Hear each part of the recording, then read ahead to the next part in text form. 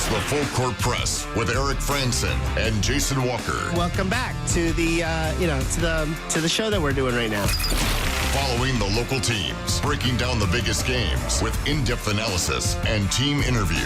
Join the show by calling into 435-752-1069 or text 435-339-0321. It's the Full Court Press. Rose, Anson, yes! Caught! Touchdown! They did it!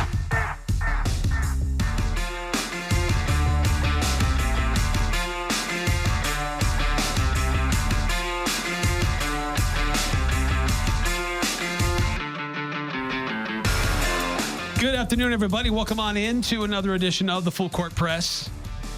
Eric Frandsen, Jason Walker, special guest, birthday boy, Ajay Salvesen in studio. Happy birthday, Ajay. I feel like there's like a Make-A-Wish thing you guys were doing here. What are you dying? Special opportunity for Ajay. Opportunity for a special friend. I don't think we're the most famous people you hang around, though. So today you were not the most famous people I hung around today. I'll be evident about that. Yeah. If tomorrow, would that be the case? Yeah, tomorrow you would be the most famous people I would hang around. But today by surprise, a friend took me out to lunch, and I got there, and sitting next to him, Mason has this big grin on his face, and he's like waving his arm and all excitement. And then Carson Templin was there, so I got to have lunch with Mason, Carson, and a good friend of mine, Tony of Guild Mortgage, a great friend of mine. I got to hang out with him and those guys for about an hour. So they're awesome. They're great. Tony the Tiger. Okay, so the anyway, first hour is coming up. First hour is over. Hey, how come I didn't get a moon pie? I want to actually really know why you couldn't put the effort in to get me a moon pie. And I'm not blaming Jason. I'm blaming you, Eric. Because I'm not thoughtful enough for gifts. But Eric usually is, unless he stopped being thoughtful. Your gift is being here in the studio. Oh, that reminds me. I bought a little gift for Eric when I went to Nashville, and I haven't given it to him yet. You bought one for Eric, but not for me. You know, when I go to Vanderbilt this year, I'm going to get Eric a gift and not you. Yeah. The funny thing is, though, is when I went to Tennessee, we went to the Country Music Hall of Fame, and I think I bought something to get to Eric, and I bought something to give to my mom, and I didn't buy anything for myself. I just bought some things for other people. Oh, man. Like, it's like, I looked at the stuff. I was like, should I buy something? I was like, oh, this is a bunch of crap. Anyways, no, thanks for having me on the show, guys. This is awesome. Appreciate it. Yeah, it's a lot of fun. So, yeah, a lot of stuff in the first hour. Talked, what did we talk about? George Niang, Ajay's favorite player, top 25 Aggies, former Aggies in the NFL, former Aggies in Eurobasket. So, a lot of fun. A lot of fun in that first hour. But this hour, we're going to talk about current Aggies. Utah State opponent preview. I've got my written series, and we're kind of I'm piggybacking off of that. And we'll also talk about Utah State soccer. Another person in the top 25. We're revealing two per day. They're going to be so good. So, yeah, they're going to be pretty good. Utah State volleyball as well. So, yeah, a lot to go on this second hour. Yeah, and if you want to wish Ajay a happy birthday. Nobody does. 435-339. Should we sing happy birthday to Ajay on air? No. Oh, yeah, guess what? They actually sang happy birthday to me there without telling me. I think I didn't have a number match. Of texts on the Young Power Sports of Logan text line wishing you happy birthday. Would we get Piranhas? Would we get sued by 8003? Who owns the happy birthday rights again? Wasn't like the Michael Jackson somebody state that owned copyrighted it or something? Yeah, it's like Ray Charles or something. Yeah, some celebrity owns the rights to it, so nobody can actually sing it.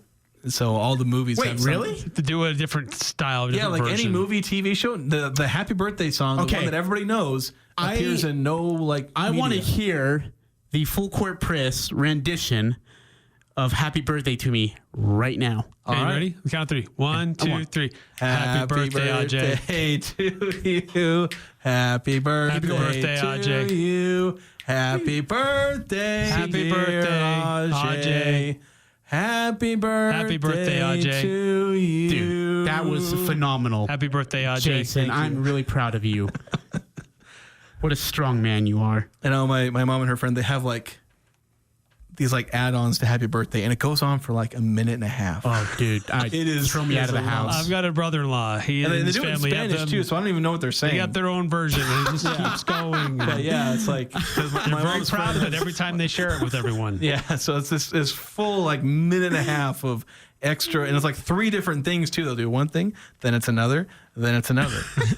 But they do it with love, so I always appreciate when they call me and sing to me. What I love about my birthday is that it's officially football season because the preseason starts, like the NFL gets going, right? And then you're 3-4 weeks away, or actually 3 weeks away from college football season. And I know you guys have talked about it, and you've done such a great job on your articles on CashValleyDaily.com, Jason. I love your stuff. This football season is going to be so challenging and so yet just anticipating because they got the toughest schedule, but at the same time, these guys, we have no idea what football team we're going to be seeing on that field on August 30th against UTEP on Saturday evening. Yeah. No clue. They tell us they're the hardest working team in the country, and it's like, I got to take your word for it. I don't disbelieve you. I mean, and then you get UTEP, you get McNeese State, and then you play at Vanderbilt in Nashville. I'm excited to go there, and then we're going to head to College Station and play the Texas A&M Aggies. Tough place to play at. It's one of the loudest preseason top 25 team. Yeah, I mean, and it's one of the toughest places to play in the country. I mean, it's like number 12 or something like that. Yeah, it's consistently ranked up there whenever people come out with, this is the hardest places to play. And yeah, they're always up there. It is hard to win there. And that's what I like about this team that we have is that Bryson Barnes has been in tough environments. He's played in tough places. He's been in the Rose Bowl, didn't he? Didn't he start a Rose Bowl or play a lot in the Rose Bowl? I think he played a lot. I think Cam Rising got injured in that game. Maybe he came in for Rising in the Rose Bowl. So that's what I like. The part that does scare me a little bit is, again, some of these guys who have not. And how can you handle the pressure? And again, it's an SEC football team. And look, I was in LSU to see LSU and Utah State. I was there when Bryce Young and Bama played Utah State in Tuscaloosa. There is a difference on the size of kids between SEC and Mountain West, and you're probably going to see that again against this Aggies team or A&M Aggie team. And when I look at A&M, like not only is this an SEC team, because you look at Vanderbilt, and again we'll talk about them in a later episode. It's a team that's consistently been pretty mediocre about it. They might have some of the size, but they don't often have the execution. Texas A&M should have the execution. They went 8-5 last season. They were top 50 in offense. They were top 35 in defense. And they ranked 7th in returning production. This is a team that's bringing back a lot of its players. They bring back their young quarterback, Marcel Reed, or I don't know if it's Marcel or Markel Reed. But this is a guy who, if he pops off, he's a Heisman candidate. They've got a good running back in Le'Veon Moss. They've got good receivers, good linebackers, corners, a lot of different guys that are going to be producing for this team. And Reed is tricky because he is a dang good runner. Like, honest to a fault, there are a lot of people who are criticizing because they don't think he's a good enough passer. But he is really athletic, can gain a lot of yards with his legs. I think he ran for 543 yards. And I can't remember if that was the sack-adjusted number. But, he had 7 rushing touchdowns. So this is a guy, he only threw for 1,800 yards. But that was as a redshirt freshman. So he's got some room to improve his passing. That's kind of the big thing with him, is that he's not seen as a good passer. But if he takes a step forward passing-wise, he is going to be one of the toughest quarterbacks that the Aggies play all season. And they've got some good weapons around him. And they're returning 4 of their starters on the offensive line. Oh, man. They're returning 7 of their top 8. They barely have a blip in terms of changes on their offensive line. And their defense isn't too dissimilar, where they're returning a lot of key guys on their defense. Like, I'm not kidding. Like, this is just clearly the best team on the Aggies schedule. And that's what just has you really worried. Unless these guys completely flop, well, it's one of those games that I don't know if it's on the level of playing those LSU and Bama teams. No, I would that not. LSU team was like an all-time team. That Bama team was number 1 and deservedly so. But this is the kind of game that can go wrong pretty quickly if they're not on point. You bring up a great point. Is Eric? This is what scares me the most. Is that when the Aggies, if you remember in the 2019 season, the Aggies were almost into the full portion of conference play, but on October 5th, just a random October Saturday, they end up going to LSU and having to play Joe Burrow and the Tigers. They get just demolished, and then the rest of the season kind of fell flat on its face the rest of the way. They had some really curious losses. They had some good, they had a couple of really nice wins too. But had some really curious losses too. And this can do some damage to a team and their psyche if they don't A, come out of there healthy, and B, get just absolutely undressed and it's a very much superior SEC football team. Well, and I felt that year against Alabama, the same thing, because the next week after playing Alabama, they lost to Weber State. Yeah, that 55-0 loss was a lot worse than they said. Yeah, we saw this with Gary Anderson, and we saw this a few times with Blake as well. Like, it was painfully obvious to anybody who was around them that they did not want to go play these teams. Oh, yeah. Well, They did not want to go to Death Valley. They did not want to go play the Crimson Tide. They did not want to go make these trips. And you could tell in their body language in the week leading up to it, when they did their press conferences and their interviews, when it would go after practices, it was painfully obvious the head coach did not want to go and did not want to have this game on the schedule. But it was scheduled, and they had to compete, and they had to go. But you could tell when the game started, the team just wasn't as prepared. They just weren't. No. They were just there to get through the game. I'd argue that the USC game last year was about as apparent as I've seen in some of these others as far as like their game plan. Like, they weren't even trying on offense. Yeah. Like, Bryson Barnes let it rip against Utah. I don't know if he threw a pass beyond 5 yards for the first 3 quarters of that game. They got shut out against that USC. About 48-0, wasn't it? 48-0. Let's just run it through here and not get too many injuries. Yeah, like USC didn't even have that great of a defense last year, and they made the Aggies look like a little league team. They did. And so, And USC was not that great last year, by the way. yeah, like USC kind of ended That up was fading not a a little good chosen bit team. toward the end of the. I know they were ranked 13th at the time the Aggies played them, but yeah, they faded down the stretch, kind of showing some true colors there. But yeah, you need to at least have the right attitude, and if you're going to get your teeth kicked in by Texas A&M, you got to at least do it with some dignity, you know. Well, and that's what will be interesting to see. How will Bronco, handle this situation? Yeah. And I don't. He doesn't spark me as somebody who was, backed down from these types of opportunities or these challenges that have been given to his team. Well, he coached BYU when they beat Oklahoma, didn't he? Yeah. And they beat Nebraska, too. No, he did not coach BYU. That was... I can't remember who that coach was. Kentucky, or was there a guy between Kentucky. There was not a guy in between. So, but he doesn't strike me as somebody who backs down from those opportunities. We've seen Utah State football teams get excited for these types of games. Gary 1.0 and Matt Wells, it was exciting. They loved it. Let's go take on a power conference team. We're going to show them what we got. We're going to try to win this thing. And there were a lot of those games where they came close, but it just didn't quite happen. It switched a little bit with Blake early, but when later he had to go to these bigger venues for these bigger named schools, they just were not interested in being there. Yeah, the Iowa game stood out to me on that one. This will be interesting to watch how how Bronco handles the team in week 3, getting ready to take on Texas A&M. The other thing interesting about A&M is this is a team that last year got off to a pretty hot start, but really faded at the end. So how much of that carries over? Yeah, they got a lot of returning talent and returning experience, but how much of the team is going to be what we saw in the first half of the season versus the last quarter of the season for A&M when Utah State faces them? Yeah, and I think the the thing there is that there's a heavy correlation between that downturn and Le'Veon Moss, the running back, who ran for 800 or 900 yards, but he only played 8 games because he got injured. And once he went out, they started losing some games. And to that end, I think there's some correlation because they lost their star running back, and suddenly their freshman quarterback has to throw the ball a lot more. He went from passing 20 times a game to 32 times a game. And I don't know if that was quite the thing because their defense also started playing bad. And that may be it was their defense just exposed. Maybe there's something there that the Aggies can pick up on. But if you can make Marcel Reed have to pass more and find out whatever weakness that was being exploited on the defense late in the season, can you find that? That, I think, can be the key for the Aggies. If they're going to be competitive in this game, those are going to be the 2 things that they're keying in on. Text coming in from 6860 on the Young Power Sports of Logan text line. I remember when the Aggies played Auburn and we're leading the team late in the fourth quarter.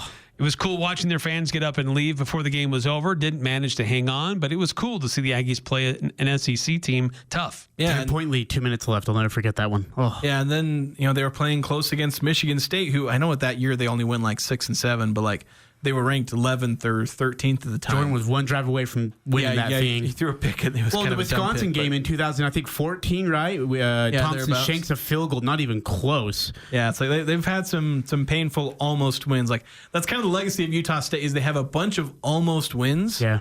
Against Power 5 teams, Wisconsin, USC, Michigan State, Auburn, and there's probably a few more that I could probably come up with.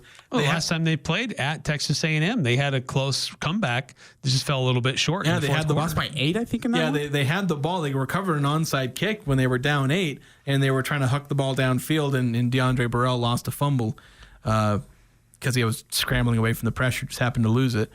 They were one or two lucky plays away from tying that one. Eric, I want to ask you your thoughts on this. You're not playing just one SEC team; you're playing 2 on the road in one season. Mm-hmm. I mean, it's really unheard of to be able to go to a Big Ten or a Power 5 conference. I hope they're getting paid well for these. I was gonna say, you make some money, but at the same time, like you're risking these kids, health before we even start conference play. Is this worth it? Like, is it worth it to go send these guys out there against SEC football teams or these, Power 4 conference teams and say, let's go give it a shot, even though, like A&M and what they're going to be? Or do we, get back to just one game, one money game a year and get focused for conference? Yeah, it seems a little excessive to do 2 bye games in the middle of the non-conference where you have to travel back into the same SEC country. It's just weird. But you know what? Utah State needs the money. Yeah, that's true. And look, Vanderbilt when this was scheduled, Vanderbilt was not really that tough of a team. Like this, when this was scheduled, there was probably some thought that Utah State might be able to go and get a game in SEC country. Things have changed a little bit. Diego Pavia is a very good quarterback. That's a program that's trying to be, pretty good. But yeah, it's a little bit rare. It's not ideal, no. But it certainly is going to help Utah State in its bottom line for athletics. Yeah, it'll help. I don't know if you can schedule these tough games or you can be like Liberty, who was reading an ESPN article. They phrased it as Liberty is the gold standard in soft scheduling. They had the worst strength of schedule last year. They have the worst strength of schedule this year in the preseason.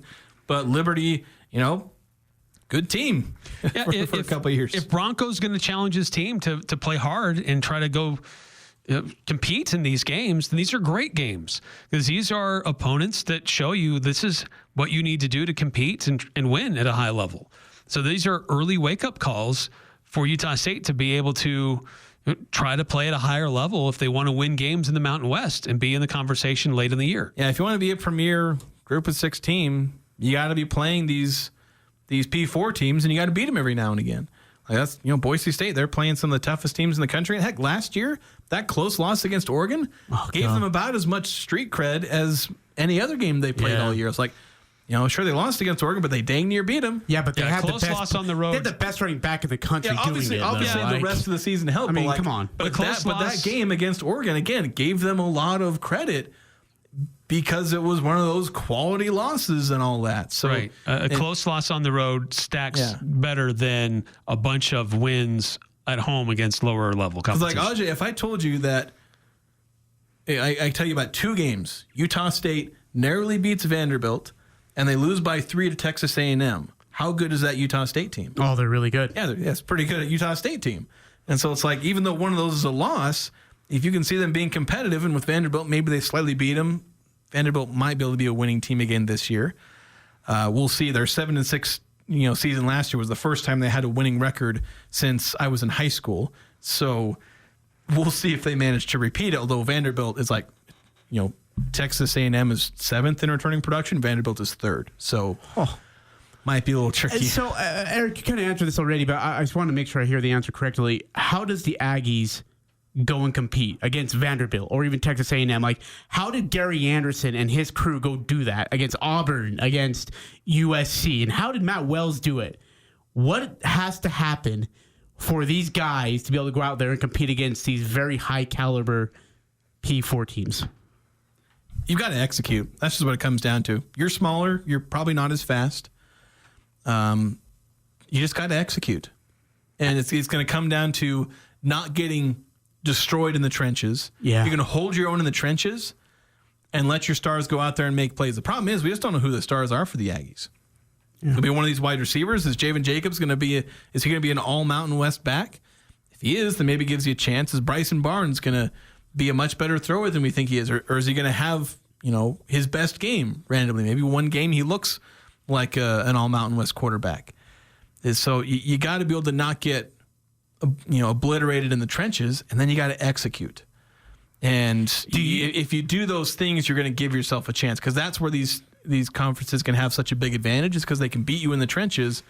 And then, if you have that, then sometimes it doesn't even matter how good your skill guys are. Do you like the idea of being aggressive? I mean, you're right. You're supposed to. I mean, you aren't supposed to be in this game anyways. You're supposed to lose it, get beat, get woodshedded, and get out. Get your money, and thanks for coming. But I mean, if it's 4th and 1 on your own side of the field, you're at the 43, or is somewhere close to the plus side. I go for it. I mean, you got a fake field goal, use it. Yeah, it just depends, because sometimes you don't want to reveal some of those. Like, your fake field goal play that you design. You don't want to break out your best 2-point conversion plays in a game that you're probably going to lose. But if you're in the game, that's the other thing is, if you have a chance to steal one in a place like that, then you go aggressive. Yeah, but you got to be smart about it, and you got to know when to be aggressive, or sometimes you pick your battles. So it just kind of depends. And these guys are also competitive. They're going to want to be competitive. So you're balancing all these things, trying to pick your battles. Your competitive nature, strategic planning for the entire season. There's a lot of things these guys have to balance with these games where, for the most part, they're outmatched. So it makes it a very tricky job. And it's why you can kind of understand these Utah State teams that in the past have kind of just waved the white flag from the start, because that's just the strategy they picked for that night. But then there's other games where they go out and they try and punch the other guy in the mouth, and they dang near pull it off, with games like Wisconsin and Michigan State and all that. So we'll see what path Bronco picks, but the biggest thing is, does he have the talent on this team? Yeah, we don't know. I don't know if he has the talent to beat a Texas A&M. Some of these past teams did. And UTEP doesn't tell us that either. Yeah, UTEP, I think you were talking about it a few weeks ago, you could get 5 weeks into the season and not know who this team is, because you could theoretically blow out UTEP, get blown out by Texas A&M, maybe get blown out by Vanderbilt.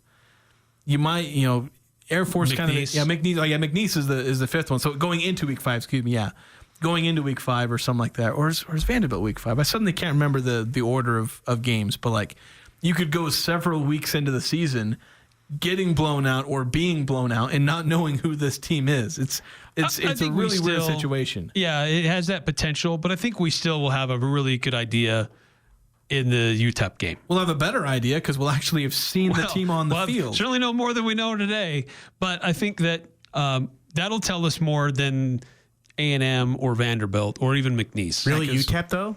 You think it will? Yeah, I think Utah State's closer to UTEP than they are Texas A&M. I'll agree with that. That's a harsh thing to say, but that's true. Right now, yes. I think that's true. All right, we're overdue for a timeout, so we're going to take it now. 435-339-0321 if you want to chime in. We'll reveal the latest player in our list of top 25 Aggies for 2025. Utah State women's soccer held the scrimmage last night, and incidentally, today, one of their players getting recognized for what she may be able to do for this upcoming season. So we'll talk about her and other things related to Utah State next on the Full Court Press. Mountain Valley Heating and Air Conditioning wants to help Cache Valley feel the love. Mountain Valley Heating and Air is giving away 5 fully installed heating and air conditioning units free of charge. Go to mountainvalleyhvac.com and help make a difference one home at a time. That's mtnvalleyhvac.com. Nominate prior to September 1st, 2025. See website for all details.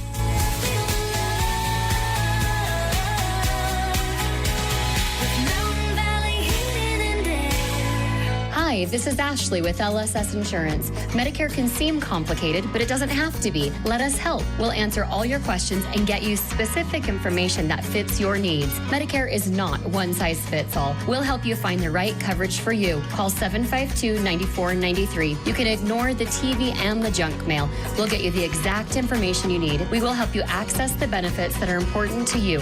Call LSS Insurance at 752-9493. Friday Night Lights are back, and so is the best high school sports coverage in northern Utah. From Ridgeline to Bear River, Green Canyon to Logan, Skyview to Mountain Crest, Cache Valley Media Group brings fans full play-by-play action on the radio and video all season long. It's going to be an unforgettable year, and your business can be a part of the excitement. Put your brand front and center with thousands of loyal local sports fans. Contact Cache Valley Media Group today. Get your business in the game. In today's day and age, getting the right information in a timely manner is essential, especially when it's about what's going on in your own neighborhoods, in Logan and Hiram, in North Logan and Smithfield, in Providence and Millville, in Tremonton and Preston. Knowing the truth from trusted sources should be available to everyone in our community. Cache Valley Daily is committed to being your link to local news and sports. Know what's going on in your community. Visit CacheValleyDaily.com. It doesn't matter who you root for. The Full Court Press has all the high school sports covered. The Full Court Press. Connect with us on Facebook, Twitter, and online at 1069thefan.com.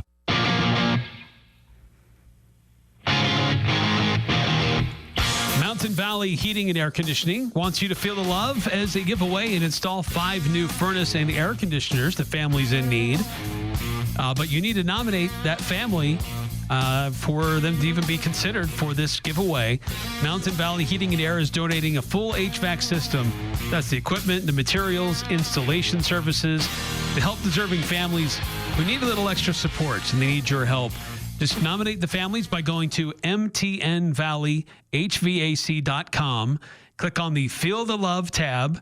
That's mtnvalleyhvac.com. So we've been revealing different Aggie football players who we believe could be impact players for Utah State. There were about, 6 of us who put together our own lists and compiled that together and came up with the results. And let's get to the next player on our list, revealing who he is and to talk about his impact for the team this upcoming season.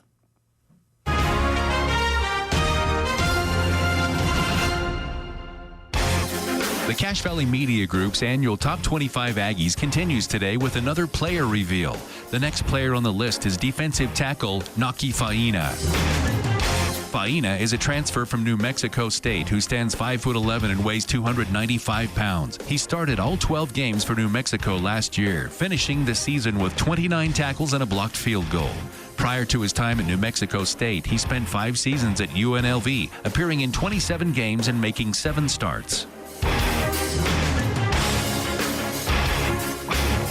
Naki Fahina, defensive tackle for Utah State, a defensive player who, last year was at New Mexico State, started all 12 games, finished with 29 tackles. And so this is a guy with experience, decent size, 5'11", 295 pounds, trying to elevate his game coming to Utah State, being elevated from New Mexico State. Yeah, so this is one of those guys they brought in that has some experience, which they did that more on the defensive side. A lot of guys they brought on offensive side are like Brady Boyd, Braden Pegan, Corey Thompson, where it's like guys that haven't played a whole lot. Javen Jacobs, guys who have played some but not a ton. On defense, they added guys like Naki Fahina, who started 12 games, was playing a bunch of snaps. A defensive tackle, he's not putting up much stats, but he's out there making an impact every single play. I think he was All-Conference USA, All-Conference USA, I think. If I remember correctly. I might be mixing him up with Gabriel Iniguez, who was also in New Mexico State. So, yeah, they're bringing in these good players. I think at least these experienced players. And so I'm expecting Fahina to be playing a key role for the Aggies on that defensive line, at the minimum in the rotation, potentially starting next to Iniguez. And here's a guy who, before New Mexico State, spent most of his time at UNLV. Yeah, he spent like a full career's worth. He's 5 years at UNLV, and he's got 2 more years. I don't know how many of those years he was injured, but he got the COVID year, plus like a red shirt and all that stuff. This is a guy who spent he's experienced in a lot of ways, but he played the most at New Mexico State. Now he's coming back to the Mountain West, back to the Aggies. Yeah, so very familiar with the Mountain West landscape and what's in store for Utah State and the opponents that they face. Just he's been in those trenches, he's been in those venues, and somebody who actually forced a fumble against Utah State in one of his seasons with UNLV. I was about to say, I forgot to actually go check what he did against Utah State, because I was like, surely he's played against them. Yeah, 1.5 tackles for loss and a forced fumble. There you go. Was that in the game with Logan Bonner against that UNLV game? I'm not exactly sure. Was it in 2022? Yeah, again, I'm not. I have to double check. I got to go look at his game log now. A couple of texts on the Young Power Sports of Logan text line. 7854. Happy birthday, Ajay. Will you share the infamous laundry basket story? I have no clue what this is. Yeah, let's keep it that way. All right, we'll keep it that way. 6391. Ajay was caught in a laundry basket once. Son of a... Eric. I'm just going to leave it at that. I was almost... Well... No, I was naked by that time. How did this thing got worse really quickly? That went from 0 to 200. I'll show you the photo. Please don't. Please don't. 6391. I'm losing it. Do we have any idea when the first depth chart is supposed to come out for Aggie football? I wouldn't be surprised if he sent out one. If he doesn't send out one. I was about to say that. I was going to say the same thing. I wouldn't expect one. Yeah, Bronco ain't doing it. It might come out in the game notes the days before the UTEP game. Yeah. It honestly might not be till week 2. I'm not sure if he's going to do a depth chart at all. If he releases one in game week, because there may be some requirements that they have to have one. Is there a requirement? Then there will be ors all over the place. Oh, yeah. Just every single one. Or will be the leading position. Yeah. The only thing you know is that Bryson Barton's starting quarterback. And I'm surprised he gave that away, because of all the positions, that's the one where the coaches are like, I'm not going to tell you. Yeah. I've got it's like Bill Belichick. I have Tom Brady on his team, and it's like. So, of course, I guess he did say he did make fun of one reporter asking if Tom Brady was still going to be the starter, but Oh, that's right. Yeah. But quarterback controversies can be the most toxic discussion surrounding football. Yeah, but and I think Bronco, he's been around this long enough, realizes that, and just look, Bryson's the number 1 quarterback. We don't need them talking about you can Barnes or Garcia try to figure out everything else about this football team, but you don't know anything. So yeah, and I figure that's the one thing that he definitely couldn't keep under wraps is everyone knows Bryson's going to start. He's going to start. No need to try and be deceptive over that. Hey, I want to ask you guys, we're talking a little bit about Naki Fahina with the defense and just the way the conference is going to be, and maybe even A&M is going to be. Is the defensive line the most important position group this year on this football team? I think the entire front seven, and obviously the defensive line plays a huge part in that, but with how weak that has been, and often beat up and injured, that's usually been one of the biggest problems. But even when healthy, they haven't been super robust, and that causes massive issues in the run game. Last year was probably the worst run defense I've seen in my life. So they need to get that under control, and they need to have an effective pass rush, because last year was bad in the run defense, but for the last 3 years, Utah State has been weirdly a team that's really good, or at least decent at getting pressure, but they can never finish a sack. So they need an effective pass rush. They need an effective run game, and so while the defensive line plays a big part in that, I would kind of loop the whole front seven into that, where that's been a weakness of this team for years, and they need to settle that down, because they've had some pretty strong guys in the secondary. But the problem is Ike Larson, has been leading the team in tackles for a couple of years, and I don't want Ike Larson. Yeah, you don't want him doing that. Yeah, I want him leading the team in interceptions and passes defended. I want him doing that stuff, not having to step into the box and do the linebacker's job, because Ike Larson doesn't play linebacker; he plays safety. I want him doing free safety things. Hey, well, so the last time I think we've had a solid veteran defensive lineman was probably Holly Motuapawaka. We haven't had one really. I think Gabe Niguez kind of steps into that role. I don't think he's as good as Holly, but he's your veteran defensive lineman who you can rely on him. He's going to be doing his job enough. Neither of them were quite all Mountain West, but you were comfortable with them starting. We just got to get guys who can at least, be able to close gaps. And that was the things Ashton Genty, but even UNLV carved us up in the run game. Washington State carved us up in the run game. You just need guys. You got to find ways to seal gaps up. And then and the other thing is get pressure on the quarterback. Yeah, there was a lot of overplaying. You need defensive linemen that aren't just going to get moved immediately, because then once they get moved, then guys get on linebackers, and the linebackers can't do their job, because with defensive tackles, you're probably not going to get the tackle unless you make an amazing play. Yeah. But if you're getting double teamed, but you take up that double team, someone's free. Yeah, then the linebacker might be able to step into that gap. And sure, it might still be a 2 or 3 yard gain, but that's better than the one blocker being able to get off you, get to the linebacker, and suddenly it's a 9 yard gain. Yeah, they get that second. When they get that second level, it becomes a problem. And that's where the Aggies have just been terrible at allowing opposing offensive line to just get to the second level. Or a lot of times it's linebackers just kind of. I know they're filling gaps, but I'd watch them try and fill a gap that's already closed. Like they'll sprint into the back of their own defensive lineman. It's like, okay, but this gap was wide open, and that's where the running back goes, and they run for 15 yards. And it's like, hey, where were we in rush defense the last 2 years in the conference? Awful, not great. I don't know exactly. Were we dead last though? No, but they were low. They were probably darn close. Yeah, I was going to say, they had to be close. They were last or close to last. New Mexico was also pretty bad, so who knows? But it was, and like I said, for 2 straight years, what was it, Georgia State or whatever? Yeah, they were on like their 3rd string running back, and they still ran for like 400 yards on the Aggies. Who made him look like an All-American that day. Yeah, so it's just, they really need to shore up that front seven. I think they've got some guys. I think they've got some guys who can do that. I like the size and I like the speed of some of these guys, but I could also just as easily see it being a problem because, like, you're bringing over the entire defensive staff and a bunch of the players from New Mexico. I'm not automatically encouraged by that because I watched New Mexico's defense last season.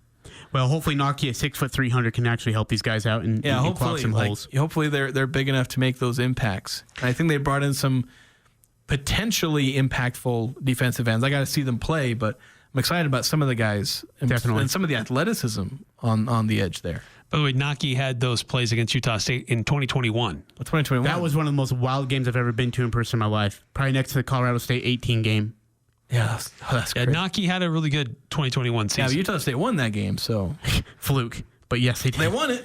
Yeah, that's right. But half of those games in 2021 Air felt Force, like Washington State, they UNLV, all felt like Colorado flukes, State, but they kept winning them. Yeah, so that's just the way it went. Naki had a medical redshirt in 2022. He redshirted in 2023. Wow. So that's why he's kind of been around for a little while. He's got 7 years, and he got the COVID year in 2020, right? So hoping for a healthy, impactful year this season as a senior without any more eligibility at Utah State. Since we're talking the Aggies, just real quick, Utah State women's soccer held a scrimmage last night under the lights, which was a first. It's cool. Opportunity for fans to see this team under the lights. Yeah, you get to play evening soccer now. Is that cool or what? It's great. And under an incredible sunset last night, too. Oh, yeah. It's beautiful. But for their part, they shared some brief interviews with some of the players after the scrimmage last night. Austin Miller. Now, they did blue versus white. And so the Aggies won, but the Aggies won 2-0 over the Aggies. Yes, but the blue team won, and Austin Miller participated in that, and she was responsible for assists on both of those goals that happened last night, and she shared some thoughts about the scrimmage. For sure. It's so fun being in a different environment. Like, it feels like a whole new field. And playing under the lights, me personally, I always feel like I play better under the lights. So I'm so pumped to finally have new grass, lights, that flash too. My teammates were making me look good. Like Kunie, I just played it back, and that was 1,000% on her. It was a banger. And same with Kunie. Her movement was really well on and off the ball. The main focus will probably be defending because what we're known for is best pressing team in the country. So we'll probably just focus on that because, as Mandy says, as long as you don't get scored on, you can't lose a game. So that's going to be our goal going into Washington. I'm so excited to be in front of all the fans, the herd. And I know a couple girls on Kansas from the summer, and so they're going to be good. It's going to be a good, tight game. Sorry, that is a heck of a recruit from Manny Martins. A 4-year letter winner out of Green Canyon. She's a local gal playing here at Utah State. Was named all newcomer on all newcomer team last year, I believe, in 2024 as a freshman. She was the Mountain West Freshman of the Week once. She was a Mountain West Scholar athlete. Manny prides himself on defense 100% with this soccer team, and it's been that way for the last 3 years. He's got a dynamite defense again this year. This is going to be a really, really good soccer team again. Yeah, I'm hoping the defense is going to be as good because they lost a bunch of 5th and 6th year seniors who were making this an elite defensive team for like 5 years. every one of those 5 or 6 years they were around. Their offense is going to be crazy. But yeah, Austin Miller she's, she made an impact as a freshman, and as good as some of Manny's recruits are, they don't always play as freshmen. See, and I speak about the defense. The problem was that a couple of years ago, I believe, they could not score a goal in some of these games, and so you lose 1-0, 2-0. Your defense is doing their job, but your offense can't score. I think Manny's fixed that here last year, but especially this year. Yeah, he brought in some offensive weapons. He brought in a bunch of good offensive recruits. Summer Diamond, Kate Christian. And they, a lot of them on offense were playing as freshmen because they didn't have any other options. And so they were not as good. But last year, so many of them broke out. Hey, by the way, how about Summer Diamond, by the way? Wouldn't she recognize? Yeah, she was. United Soccer Coaches midfielders watch list. And United Soccer Coaches, they're the ones who vote. That's their ranking they do. So that's where the Aggies, they got as high as number 7 last year in their coaches poll. But yeah, on the midfielders watch list. And so we'll see. I don't know. A lot of times you don't have a chance of winning if you're not a power conference player. In a different environment. Summer Diamond, I think, has a chance of, her and Tess Wertz. Like, if you're looking at players who could be like Mountain West Player of the Year, those are your two to watch. Gals. Those are the two to watch from Utah State, who they can be like all Mountain West at minimum. I think it should be their expectation, and I would hope they are able to do that. But Mountain West Player of the Year, if they make another big jump this year, where they made a big jump last year, especially Wertz, where she led the team in goals and assists. And I think we could see a big jump in production from either or both. Maybe not a big jump in production, but like we could be seeing them get those recognitions. Well, and you were talking about freshmen. Freshman Kunie Hirai was one of those who scored last night, and in her unofficial Aggie debut, and she had a chance to visit and share some of her thoughts about the scrimmage last night as well. It's so exciting. I mean, I came early and we've just been working so hard for so long, and it's just so rewarding to get to see the community here, and we're so grateful for everyone that made this field possible, and it's just so exciting and so fun. I mean, me and Ozzy got to play together this summer, and we just connected really well, and I saw an opening and I went for it, and it was fun. I'm just so excited to watch our team grow. I think we have such an amazing culture and such an amazing base already laid, and I think there's only going to go up from here, and I'm just super excited to see where we can go and keep working. I think just our effort and our quality of people out here, we're so deep, but obviously I think everyone could see both sides. We're really strong, and we do have a lot of things to work on, but I think just our strength is just the people we got here, and we can only go up. So there she is, freshman Kunie Hirai, and was one of the goal scorers last night.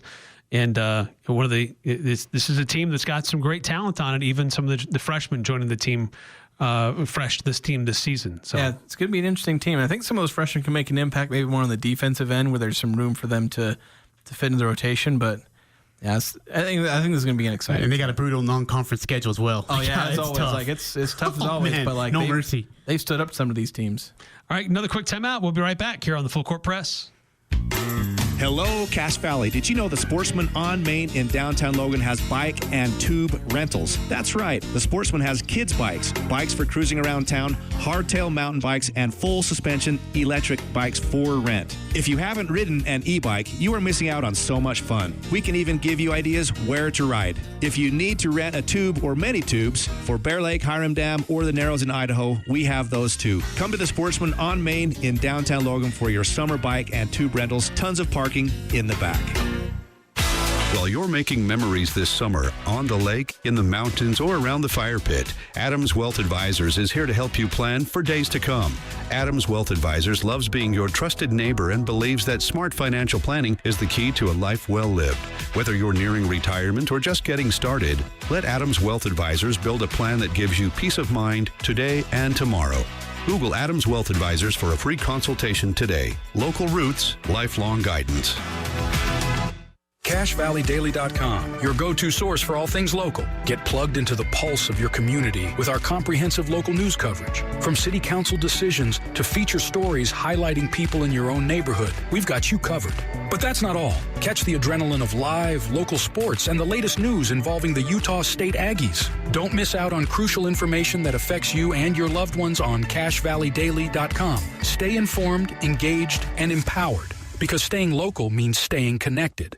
Join the show by calling 435-752-1069 or text 435-339-0321. It's the Full Court Press with Eric Frandsen and Jason Walker. Congratulations to all the gold and silver winners in the Best of Northern Utah contest. You want to see who won in their various different categories? Best restaurant, best hamburger, best breakfast, best carpenter, or best garage doors, best roofers. You can see a lot of different categories at bestofnorthernutah.com. It's also where you can find out where you can go pick up your very own free magazine that has all the winners in there. Don't we have highlighted. 3 of them sitting around in here? Or was that on your desk? I have them on my desk. I thought we had some in here too. I don't have one on my desk. They didn't give me one. I have to pay for mine. They're free. No one has to pay for them. Well, then somebody was lying to me when I just kidding. Yeah. So and thanks to Ajay, he has to leave. He has to actually go do things for his birthday. Birthday boy. Instead of wasting time with us. But we're glad he came on the show. Hopefully you enjoyed it. I always love having him on the show. Hoot and holler having him on. So yes. Brings the energy. Me and Eric are like really mellow. And so Ajay comes in and he's just a big old ball of energy. Yes. So I love having him on. JD the same way, where it's just so much energy from him as well. So get some diversity of energy on this show. Yes, that's true. We're both just so laid back. But speaking of energy, it is time for the hottest game show in radio. Eric, it is time for Hot Take or Not a Take. Oh, no. I know Eric is... We haven't done this for a little while. I know we haven't. Sometimes I forget about it, and so maybe it becomes cold, but it is the hottest game show. So for those of you who don't remember, since it's been so long, I basically go out and I look on the internet and find some kind of take, usually not from some rando on social media, usually somebody who has a radio show or a writer or something like that, and find maybe a hot take that they did. Or I'll just make one up. And Eric has to figure out if it's a hot take from an actual person or not a take that I made up. And then we can debate whether or not it is a hot take or whether or not it's justified. Yeah, whether it's justified, whether there's real legitimacy there. So here's what I went and found or made up. So there was a radio host a couple days ago talking about the NFL, talking about the Kansas City Chiefs. Because they lost in the Super Bowl. There's some worries about how good they're going to be. And this radio host said, Kansas City, the dynasty part, is over. Is that a hot take or not a take? The dynasty is over. Yep. For Kansas City. I'll say that's a hot take. That is indeed a take. Colin Cowherd. It's so Cowherd. You'd have heard it on these airwaves a couple of days ago, where he believes that Kansas City, as far as their dynasty, is over. But to me, Eric, that gives very Patriots 2014 vibes, where people were saying that dynasty was over. They're ready to write them off. And it was not over. Definitely not over. Not at that time. Because you can't write off a quarterback like Patrick Mahomes in his prime. Yeah, the guy is still young. It's hard to say he's young. He's in his prime. He's not a young quarterback and primes anymore. Can last for a while for NFL quarterbacks with how they're treated these days, where if you breathe on them, you get shot by Roger Goodell. So he can play for a long time. He's in his prime. He's still young. He's not an old player in his prime. He's young in his prime. He's got good size. He's still got good strength. He's healthy. I think that is Andy Reid still the coach? Yes. Do they have a good defensive game plan or good defensive minds on their staff? Yes. Do they have some talented players on offense? Yes. Maybe. Maybe. That's a big there's maybe. the question there. You know, what will that team really look like when Kelsey finally calls it a day? Yeah, that's the problem is that Kelsey's getting older, so like he's not able to carry the team as much and be that highly productive tight end. And obviously don't have Tyreek Hill, so they're looking for the next group of wide receivers. Jalen Rose could be part of that. Could he step in? I don't know if Jalen Rose is going to be an all-star, but if he's able to be a 700-800 yard receiver, and if they got another 700-800 yard receiver, Patrick Mahomes can carry that team to a Super Bowl. Last year's team, for all the talk of Kansas City's dynasty is over, they made the Super Bowl last year. They still made it to the big game. Like, they've made the conference championship game so many times in a row. Like, they're basically doing what the Patriots were doing for 20 years. Always in the conference championship game. They're getting to the Super Bowl. Yes, sometimes they lose. Patriots lost to the Giants twice. They lost to the Eagles. They might lose in the Super Bowl, but they're going to get there over and over and over. It's kind of like LeBron. He was a dynasty unto himself. Sure, he lost a lot. He's like, 3-6 in the NBA Finals? Still makes the NBA Finals. He's made it more often than Jordan did. Yes. So, and it's like in Patrick Mahomes by the end, I don't know if he's going to have 10 Super Bowl appearances or whatever Tom Brady had, but he's on path. He's on pace for that. As young as he is and as many as he's racked up so far, he's definitely got that opportunity if things continue to go well for him. But, dynasty talk always annoys me. Like, some people are saying, this Oklahoma City Thunder team, they're gearing up to be the next dynasty. They're not a dynasty until they are. Yeah. Like, because you won one championship does not mean you're a dynasty. Yeah, everyone wants to declare someone a dynasty, but it's like the Chiefs, they are. They clearly Chiefs are. have now won multiple Super Bowls. They've been in multiple Super Bowls, some that they've won, some that they haven't. But you can call the Chiefs a dynasty. So they are a dynasty program until they're not. Yeah, and then people always want to call a dynasty over. The Spurs dynasty was over every year for like 6 years. And the Patriots dynasty was over. Like, there were people calling Tom Brady one of the most overrated quarterbacks ever. I remember people saying this in like 2010, 2011, because they'd lost to the Giants a couple of times in Super Bowl. Maybe it's 2013 or something like that, because they'd lost to the Giants twice. And they're like, Tom Brady's overrated. And then they started writing him off. There's that blowout loss to the Chiefs. And then suddenly they come back stronger than ever. So just wait for the dynasty to be over. Don't be the one to declare it over. Because like the Eagles, they declared the Patriots dynasty over when they beat them in the Super Bowl. Patriots went back and won another one. Yeah. So before the Eagles got back. So it's like, don't be too quick to write off a dynasty just because they have that one bad year. And again, it's not even a bad year because the Chiefs were in the Super Bowl.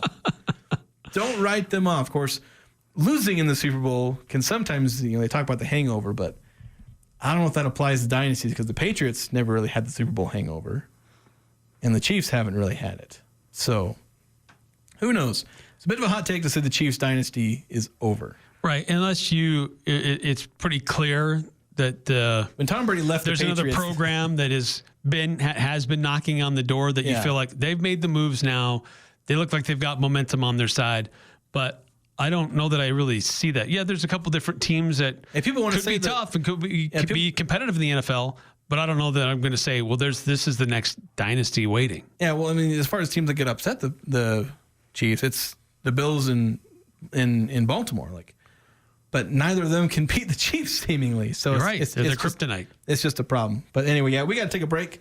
When we come back, we'll wrap things up on the show here on the Full Court Press. It's that time of the year. Fresh zucchini is everywhere. And at Old Grist Mill, they're baking it into the perfect special. The Old Grist Mill is making warm, fresh, baked zucchini bread, just like Grandma used to make. Simple ingredients and fresh zucchini to create moist, flavorful bread the old-fashioned way. It's the taste of the season. Stop by South Logan, or Smithville to grab a loaf for $2 before it's gone. And don't forget, Old Grist Mill makes all your favorite fresh bread, scones, muffins, and now serving breakfast in Logan and Smithville. Dine in, take out, curbside, or catering. Old Grist Mill is here for you. Spend less time at the post office. With Formax and Mint mailing systems from Les Olson IT, you can quickly, accurately, and easily process your outgoing mail and even save on postage. Fold your documents, stuff and seal your envelopes, print addresses, weigh and measure to apply proper postage, all with the click of a button. With multiple model options available, you're sure to find a Formax solution and Mint mailing device that perfectly fits your business needs. Les Olson. tea. Friday Night Lights are back, and so is the best high school sports coverage in northern Utah. From Ridgeline to Bear River, Green Canyon to Logan, Skyview to Mountain Crest, Cache Valley Media Group brings fans full play-by-play action on the radio and video all season long. It's going to be an unforgettable year, and your business can be a part of the excitement. Put your brand front and center with thousands of loyal local sports fans. Contact Cache Valley Media Group today. Get your business in the game. Limitless local possibilities with Cache Valley Media Group, shaping the future of local engagement throughout northern Utah. Stay connected with comprehensive local news and vibrant local radio personalities who are the voices you know and love, turning every broadcast into a familiar conversation. We proudly sponsor and bring to life local events that define our region, celebrating the spirit that makes us unique. Roar with the crowd as we rally behind local sports teams, uniting hearts in the thrill of victory. And in the digital realm, we turn digital connections into real-life conversions. From successful businesses thriving through our expertise to campaigns that spark conversations, we're writing the story of local success together. Cache Valley Media Group is at your side, shaping engagement, sparking growth, and celebrating the essence of northern Utah. Discover more at CacheValleyMediaGroup.com. How was your drive to school?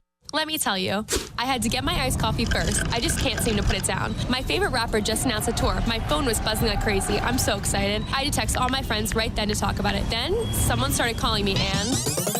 Let's try that again. I turned my phone off right away. I never drive distracted. Visit StopTextStopWrecks.org. A message brought to you by the National Highway Traffic Safety Administration, Project Yellow Light, and the Ad Council. It's the Full Court Press with Eric Frandsen and Jason Walker.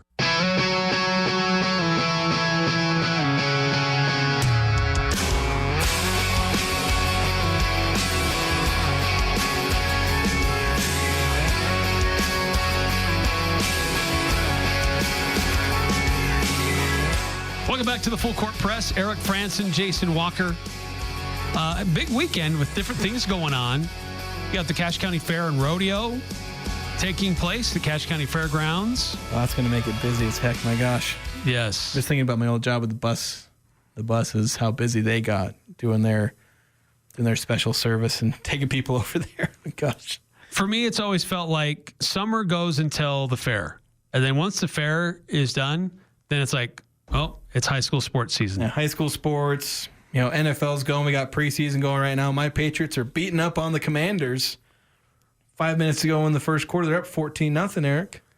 One of those scores was on a 100-yard kickoff return to open it up. Their running back that they drafted, there's some hype for him as like kind of a versatile running back and got a 100-yard kick return. Then Drake May just rushed in another for a touchdown. One of my over-unders was like 4.5 passes for him, and I can't remember which one I took, but he has 5 passes, so he hit the over. So whichever of us took that. And it doesn't look like Bobby Wagner has suited up. No, it doesn't look like it, and we weren't really expecting him to. But yeah, he's one of the Aggies, obviously in the NFL, been there forever. But there's a few other Aggies that you can keep an eye on. Not today, because the only other NFL games today are Lions, Falcons, and you got Browns, Panthers. But tomorrow on Saturday, right? It was Saturday. I know we had some confusion over Saturday, Sunday. We got a few players that we should be expecting to see in games, 3 of them, starting with, let's see, who's the first in chronological order? Well, at the same time, 2 of them are at the same time. Just one's on the NFL Network, the other one isn't. Yeah, so it's the Jets-Packers game. You should see Jordan Love. I believe from what I've read, he should be suiting up for that game. And then, the other one that's at 6 p.m. is Chiefs-Cardinals, and that's where you'll see Jalen Royals playing. And then the 6:30 game, you'll be able to see Kyrese Rowan, who should be able to get some time with the Denver Broncos at wide receiver. So a few different Aggies to keep an eye on this weekend, mostly tomorrow. But if you're me and a Patriots fan, you got to... Well, actually, I'm not going to watch that game at all because I'm going to go watch Logan High School tonight. Yeah, they got the scrimmage. Yeah, they're doing their crimson and gold game. I forget what colors they use for it, but it's their team scrimmage. Get a chance to watch them. I'm going to test out the stream if you want to watch a mute stream. It's not, the sound's probably not going to be there except for when I do a sound check. Oh, Green Canyon is doing theirs as well. Ridgeline is doing theirs tonight. Skyview. did theirs earlier in the week. Mountain Crest as well. So a lot of these football teams doing their scrimmages is fine-tuning, getting ready for the season openers next Friday. Yeah, football season begins next week with high schools, and we'll have it here on our family of radio stations. That'll do it for us tonight. Have a great weekend, everybody. We'll be back at it again on Monday. The home for Skyview Sports. Sports Talk Radio, KLGN Logan, 106.9 FM, 1390 AM. The Fan.